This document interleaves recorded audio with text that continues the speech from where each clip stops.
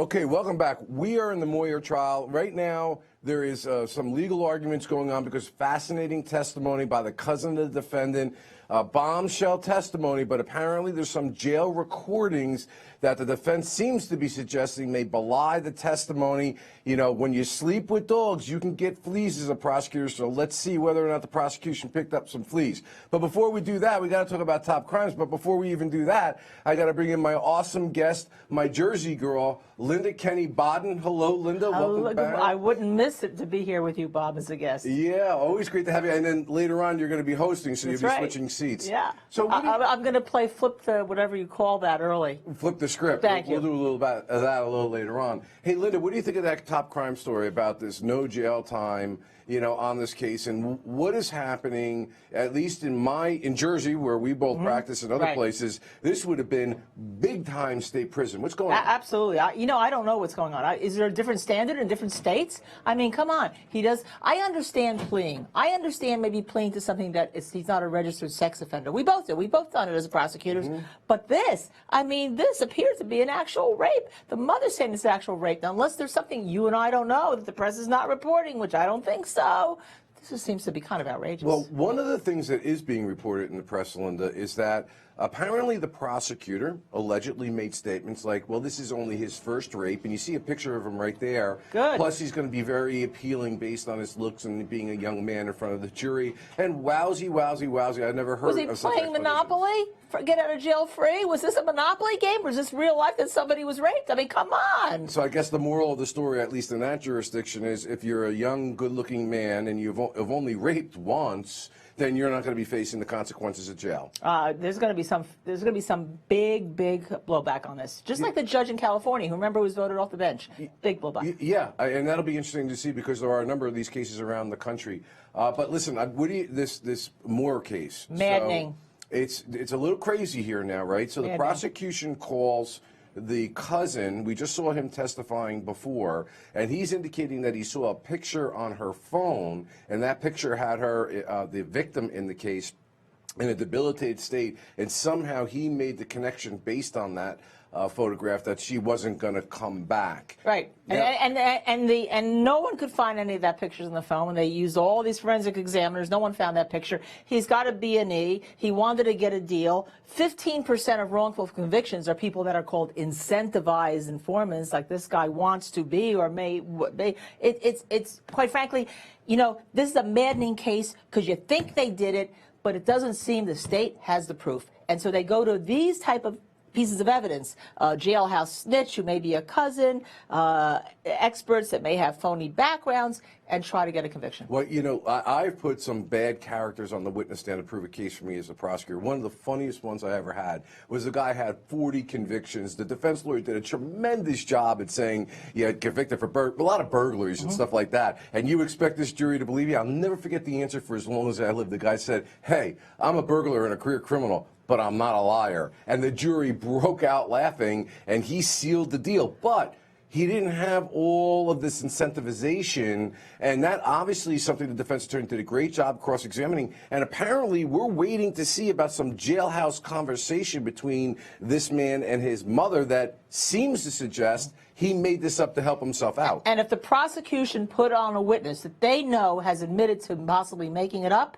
that is really poor. That will be, in my opinion, a stake in the prosecution's heart, especially given the fact that forensics don't show that picture on the phones from what we understand. Earlier today, we had an officer, Will Lynch, or previously recorded. We're going to put the statement out there. Now, this officer testified about a lot of text messages, and again, the prosecutors pushed the envelope, got a little chastised by the judge. I say this all the time, Linda, you got to do it clean. If you lose the case, you lose the case, but you don't want to come back on appeal. Let's take a look at that testimony. Okay, this trial is getting really interesting. Just to give you guys an update right now, there's arguments going on in the court, and the prosecutor's gyrating as we can't really hear the audio. Right now, you see the courtroom scene because the defense is trying to get out a recording that was given or made during the course of the time that the cousin who just testified against Tammy Moore says that he saw a picture of the victim where she was drugged up or incapacitated in some fashion. And apparently it seems very clear to us that the defense is saying there is a recording that indicates that he said to his mother on the intercepted call that it was a lie. Now, this is very relevant evidence. I'm surprised the prosecutor's arguing about me. The truth, Linda, is the truth here. And if it's any contradictory statement that somebody gives is certainly admissible to their credibility and even substantively. I don't see the judge precluding this. Certainly, if it were the other way around, this tape comes in. If it's on a redirect to rebuttress credibility, right? Right. I mean, let's assume it was the other way around and the defense attacked. Absolutely, that tape would come into buttress's credibility as not being recently made. And, you know, I hate to be an armchair quarterback here, but if the prosecution is going to put this kind of witness on, if you sleep with dogs, you catch fleas a lot of times with these witnesses, you would want to know, I think, beforehand in an eliminate motion whether or not the judge would be inclined to bring that out or not. Now, a lot of times the judge will say, I'll wait till the evidence is developed during the trial to make the decision. But as a prosecutor, if I don't know how that judge is going to rule, and knowing it's an inconsistent statement, and knowing that defendants are given the benefit of the doubt with the introduction of evidence, I never would have put that guy on the stand. That's right. And you know, it's very interesting because we don't know how this, we know the calls on jails are always intercepted. They're always monitored, right? But we don't know if the defense subpoenaed jailhouse records or the prosecution gave it as part of the discovery for Brady, do we? Right. So maybe the defense subpoenaed the jailhouse calls and found the call themselves. I'd be interested to find that out, too, wouldn't you? A lot of interesting pieces. And that especially comes on the heels of what Officer Lynch was saying, which I thought was a good day for the prosecution. If for nothing else, it bloodies up Tammy. Tammy's using the C word. Tammy's got the husband's phone. Tammy's got control of the scenario. These are the arguments that I would be saying as a prosecutor. Tammy is a woman on a warpath with respect to the victim in this case, and she is not happy about the text messages that are going around, and she's going to do something about it. She's going to eliminate the threat to her relationship. Well, except that she doesn't say that. See, there's a lot of text messages that show motive. There's certainly a motive to kill.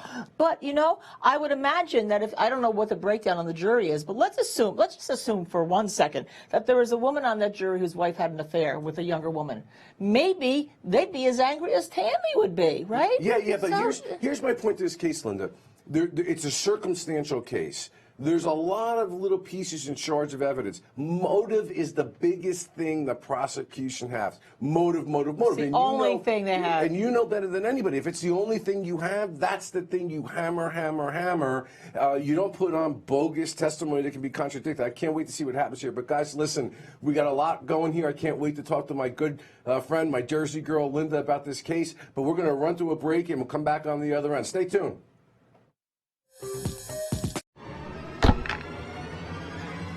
Okay, that was a quick redirect. So we took that break there. And what basically went on was the prosecutor trying to rehabilitate her witness. You saw him walking out. And Linda Kenney Baden, first of all, not only an attractive witness, I mean, in terms of his demeanor, but the prosecutor was trying to say, you really didn't receive anything for this after the brutal cross-examination of the defense lawyer. Although I can tell you if it were me crossing him, I don't know about you, Linda, he would have been on that stand for probably an hour because he kept sparring with the lawyer about whether he lied or he didn't lie. What are your thoughts on the overall thing? Well, first of all, apparently this, from what I gather, from looking at the chat room, who could hear some things that we couldn't hear, this recording may have been provided to the defense by mistake. Now, that's a real problem later on, because it is certainly exculpatory material that when he denies it to his mother that there was a picture, right? Let's quickly explain what exculpatory material means. To prove that he's lying, and therefore proves that she may be innocent because he's lying. It's kind of like and the government has an affirmative obligation on the Supreme Court precedent forever that they're supposed to turn it over. But that game playing goes on all the time where they're in possession of something. It doesn't help their case,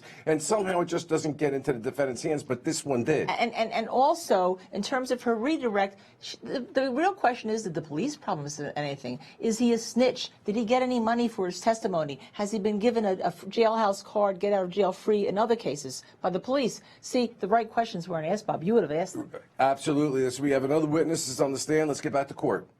Okay. This officer's on the stand, Linda.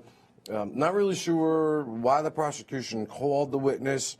But the defense attorney is bringing out from the cross-examination of this witness certain things that just weren't done correctly, or he didn't know. It's just a weak witness to me. I don't understand the value. Yeah, I don't understand. You know, when you end a case as a prosecutor, and you were a prosecutor, I was a prosecutor, or as a defense attorney, you want to end on your strongest witness, right? Your strongest days. This is a terrible day, in my opinion, for the prosecutor. I don't know what matters that she was reported once, whether there's different headings. I just don't see it. And Bob, I would never allow, if my police officer came into court with a badge around his neck, it'd be off. Goodbye. What are you talking about as a defense lawyer?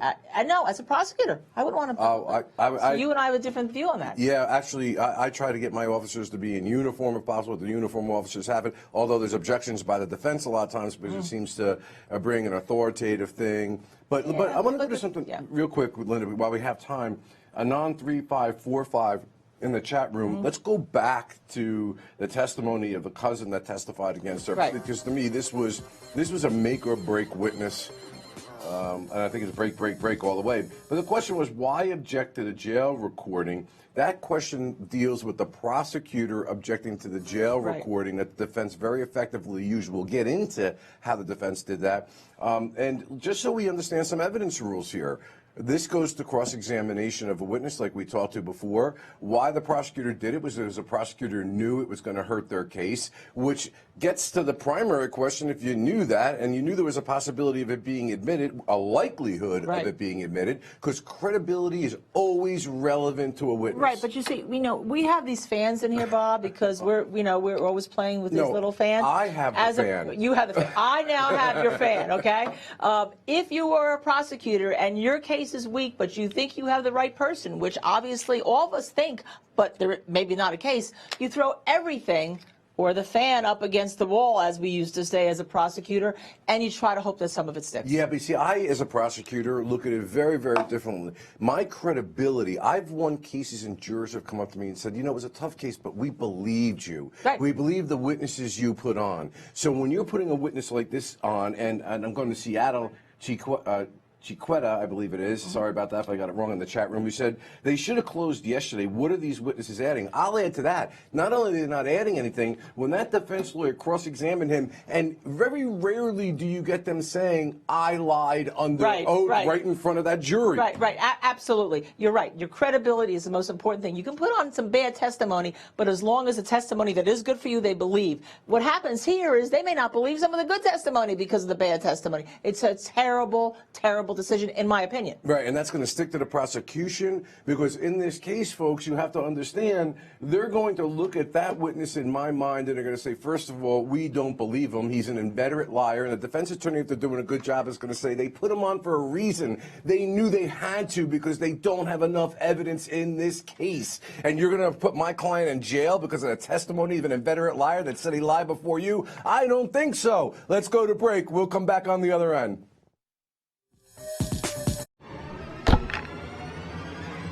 Who gets? Okay, listen, man, it was some morning in the Moore case. Linda Kenney Baden, I got to go back to this cousin again. I can't get this guy out of my mind, either physically, which my mind, mentally, or the value of this testimony. We're trial tacticians. We understand the value of every single witness, what that witness is going to deliver, what their shortcomings could or couldn't be. We try to get ahead of it. Now, we got a couple of things here, major legal points that we know our chatters love and our viewers love on the Law&Crime Network, because you can't get this kind of analysis anywhere else. Here's what I saw, Linda, interested in your take. The first is, it is saddening to me that exculpatory evidence, or evidence that bears on the direct contradiction of his testimony via the recordings from jail, apparently mistakenly got to the defense when it should have been affirmatively produced. You talked about that. 5 seconds or less. Bad or not bad? Bad. Let's put that in the bad column. Let's put in that not the common sense, but the nonsense bad. And we talked about this as becoming an epidemic, and I deal with this as a defense lawyer now. It's so disconcerting to me because our practice used to be as prosecutors, everything goes, and by the way, here's my file. Here's my file. I take my notes out, take a look at everything. things, so this cannot be done. It's not good, and I don't know why the courts are not coming down and disbarring prosecutors for things like this. Of course, if it was intentional as opposed to accidental. Right. And I don't know either. We see that with the Innocence Project. A lot that's happening where people convictions are getting overturned years later because evidence wasn't turned over, or there was what's called an incentivized informant, such as this man. Okay, now let's talk about the good lawyering on the examination by the defense attorney. He's got this tape now in his pocket. He knows that it contradicts the testimony that the prosecutor put on. So again, why they put him on, who knows? And so he sews him in. He doesn't just go right to it. He asks him the question, well, have you ever lied? Do you lie to your mother? It seems like an innocuous thing, and he sews the guy in to say, no, I didn't lie to my mother, knowing that in the tape that he's about to play, he lied to the mother. He then goes to introduce the tape. The prosecutor objects to it, and any decent lawyer would know that that evidence is coming in to contradict the testimony. Right. It comes in, and he actually gets the witness to say, very rarely does this happen in court, I lied to the jurors in this trial. Right. And I've lied in the past, but believe me here when I tell you that I saw a picture that no one else saw, that no one else could find, and that no one else has seen since. Yeah, on a flip phone, may I add? On a flip phone, right. And that gets me to the next point, the why point. And the prosecutor now has to get up on redirect, and you know redirect is a dangerous place to be for a prosecutor. You better score points on that redirect, because if you don't, you're just reinforcing the cross. And what does the prosecutor do? I didn't offer you anything. You have no, what we call expectation of benefit. The judge will read at the end that if a witness has an expectation of benefit, it doesn't have to be because of an offer. It could be just the fact that they believe they're going to get a benefit. And he testified earlier he thought he was going to get a benefit. And of course the questions about whether or not he is a police informant, whether or not he's been paid anything, whether or not he's been given a free pass on any other arrest that he's gotten since, those weren't asked. And that's also very important, Bob. You know, and that bothers me because earlier today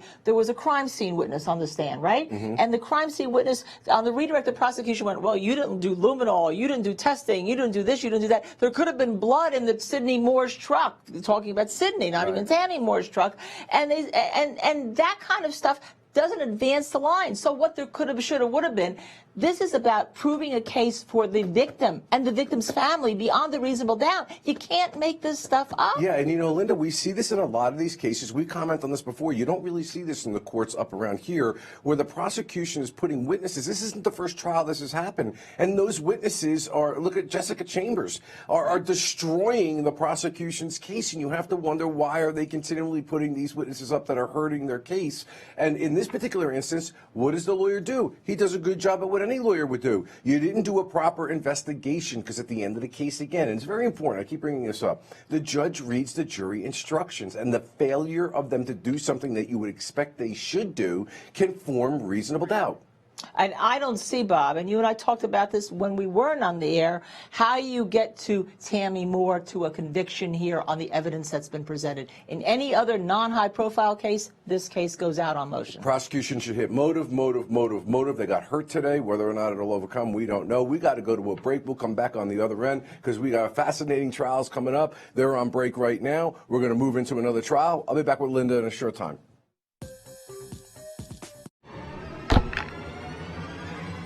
Okay, welcome back. I'm Bob Bianchi. I'll be here to 3 o'clock. I'm here with Linda Kenney Baden. So we've been listening to the Moore trial. It's on break right now. I want to go to one of our awesome chatters. The chat room is great. If you're not in it, get in there. We love listening to, actually, Linda and myself are going back and forth about all the great commentary. And look, I think the guy was a bad witness, and I think the prosecution got hurt. But Love My Dogs says that why would he want to air the dirty laundry? And she may, or he may have believed the testimony. Hey, and that's what trials are all about.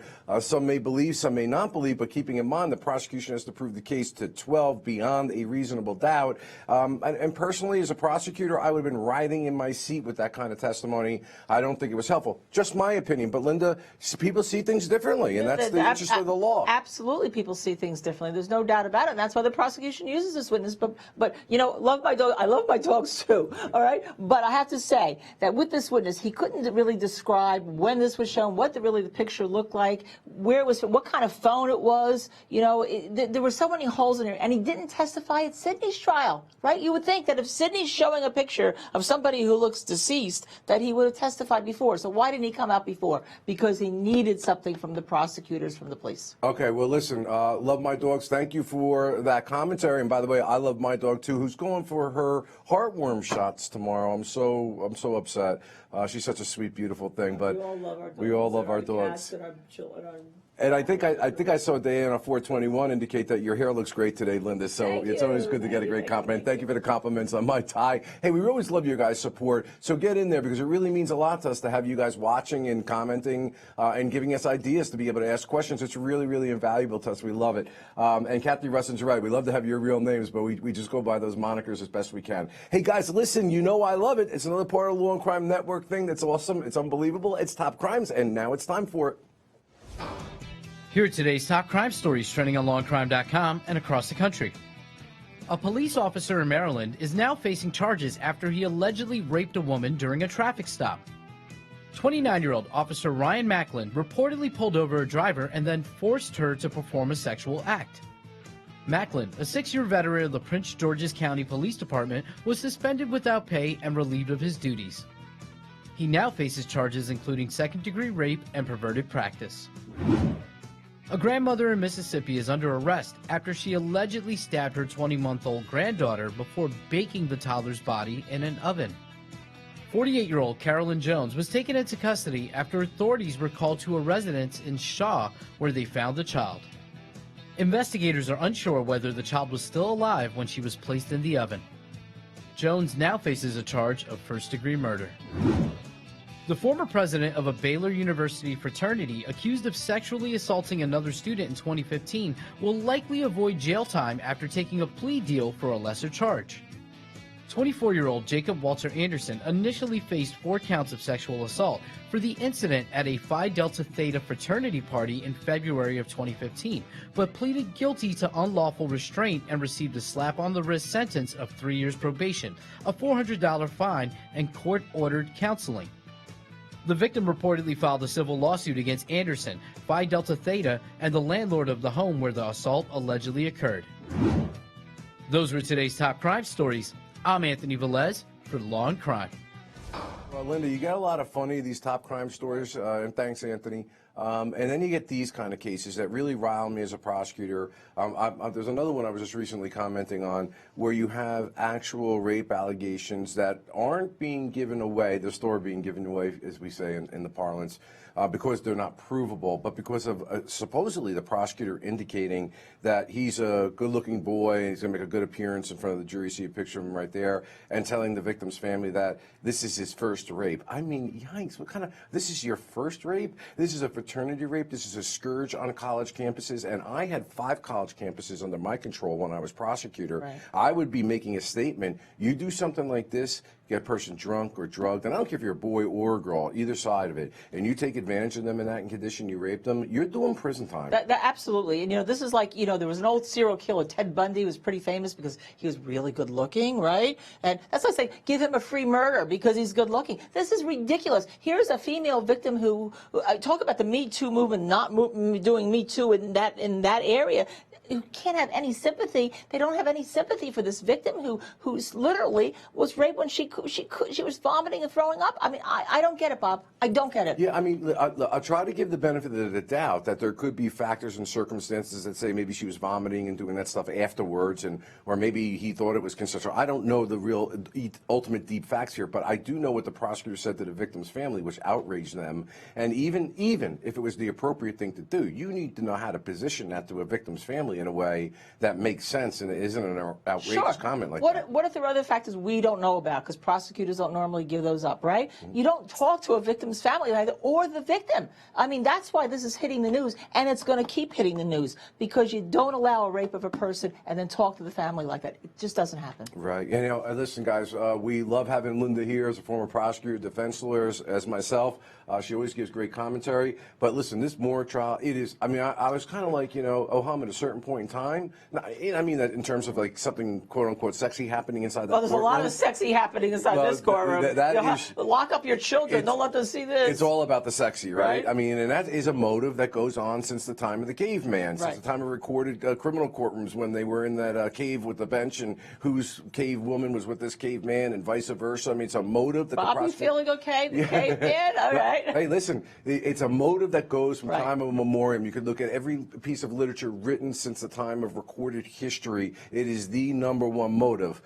Sex, money, and power, right? And here's the prosecution's best argument. The phones are kind of dicey. There's a lot of bad text conversations going on back and forth. And as one of our chatters had indicated, they felt that they should have stopped yesterday after they got those text messages out, many of which did not make her look very good. Right, but the problem with some of those text messages is that they also incorporated with the ones where she was having sexting with the 18-year-old boy, right? And they shouldn't have been in. So that's a possible reversible error if she does get convicted. Even though the judge did allow it, admonished the prosecution, you know, you do it right. You did it right as a prosecutor. You never had cases come back to you and said there's somebody wrongfully convicted in any of your cases that you had, right? Well, listen, you bring up a good point. So let's talk about the evidential issue here, because I love to hammer evidence, because a lot of people don't understand that there are rules on the playing field, and if you go out of bounds, it's going to cause a reversal of the case. And your job is to secure convictions that can sustain appeal. That's How right. many, Linda, do we handle on the Law&Crime network that are coming back, like the Villegas trial comes back after 18 years in prison over and over again because of faulty prosecution? So in this case, the principle is that this was not relevant evidence. It was bad character evidence Right. that got brought in, and that is impermissible. And you know what? It may, in a strange way, give the defense a leg up on the basis here that she had moved on. She was sexting with an 18-year-old, so maybe she wasn't so jealous. I thought the same exact thing when I heard it, but nevertheless, it opened that opportunity for the defense, and it also gave them an appealable issue, which they love. Hey guys, listen, these text messages that we're talking about, that's where our chatter was saying that they think they should have ended the case right there. Let's go back to the, I believe it was Sergeant Will Lynch that was reading those in court, so you can get a flavor and context of how powerful they really were for the prosecution. And at the end of yesterday, it was prosecution doing well. Today, down the tubes. Let's take a look. Okay, welcome back. So that is Sydney's mother testifying, Irene, the mother-in-law of the defendant, Tammy Moore. Linda, you know, again, it's one of these witnesses coming on there that hadn't seen them in a long time. They came unannounced. Tammy apparently made a comment that she beat the heck out of Sydney, and then this thing about the tattoo that her son had with the name Tammy written. I was just trying to think, actually, if they had to write my wife's name across my stomach, it would take a lot of ink. But in any event, you know, what can I say? I don't know if I can talk after that, Bob. You get a little paunchy as you get older. But nevertheless, the value of this testimony, I mean, I kind of get maybe the value of it. I get the value that they operated as one unit and he was under the control of Tammy and therefore she's the one calling the shots. And I pulled up on my computer like people that commit crimes together, like this case in Canada, an old case, Homolko and Bernardo. You think of Charles Manson who pulled people in, and they all of a sudden they become under control of somebody, and the person controlling calls the shots, and a crime or murder is committed, and that's kind of where it's going. And yeah, so I was thinking the same thing. And what level of control would Tammy have over, and you see a picture of them right now, her husband, after Tammy finds out that the husband was stepping out with another woman, and that woman may be pregnant? I imagine that woman, Tammy, could exert a lot of control over him given those circumstances. Well, apparently it was also beforehand. That's why allegedly she had the phone. But no one's discussed whether or not Sydney had a burner phone, a separate burner phone. So, you know, there's a lot here that points to her. Do I think she did it? Probably. Do I think it's proven? No. Okay, well, listen, we got something coming up on the other end of the break that, to me, is the most riveting thing that's happened in this case. And for those of you who have been watching us or have been in that chat room, I think you know what it is. For those of you who don't, you'll have to wait. We'll come back on the other end of the break.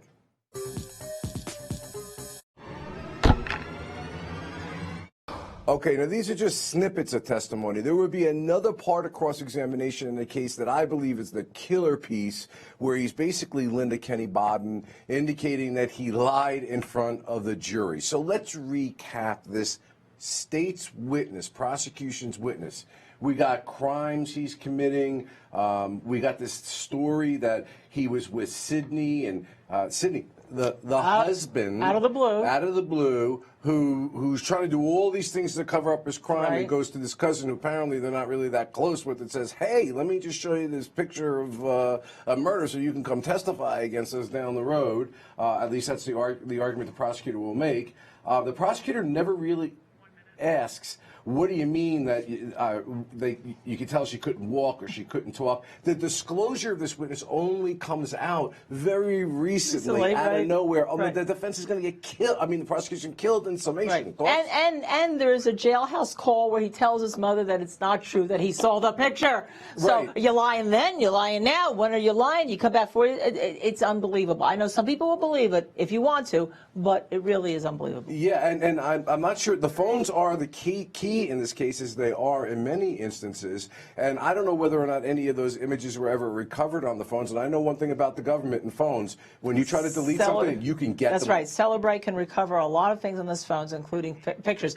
We just had in the recent case we tried last year, Aaron Hernandez. Right now as a defense lawyer, and it's kind of amazing. Guys, listen, this is the Moore case. I got Linda Kenney Baden with me. We're going to need to take a break. The Wimpy case is also queued up and ready to go. We'll be right back.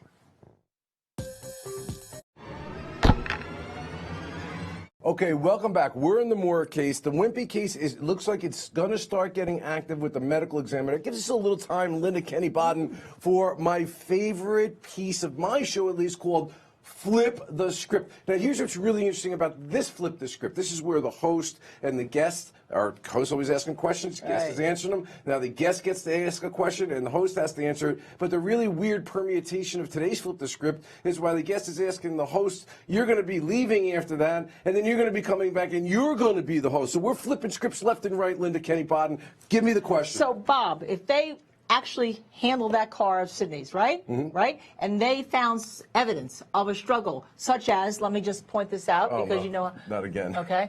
All right. Oh, my God. Oh, my God, I can't pull it out. Okay. You pull my hair of all things on my body. I only got like 6 pieces left. Last time I pinched you, okay? All right.